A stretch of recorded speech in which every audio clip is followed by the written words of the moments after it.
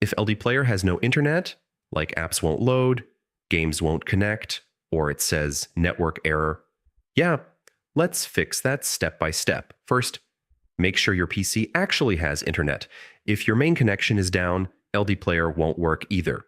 Quick fix: restart everything. This clears temporary network glitches. Now, check LDPlayer's network settings. Make sure the network connection is enabled. Using a VPN, that can block connection. Disable it and try again. Your firewall might be blocking LDPlayer.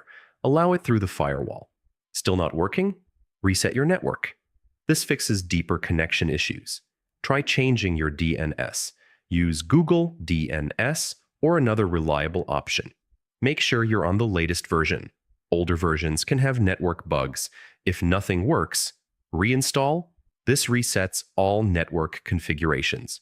So, check your connection, disable VPN, fix firewall, and reset network if needed.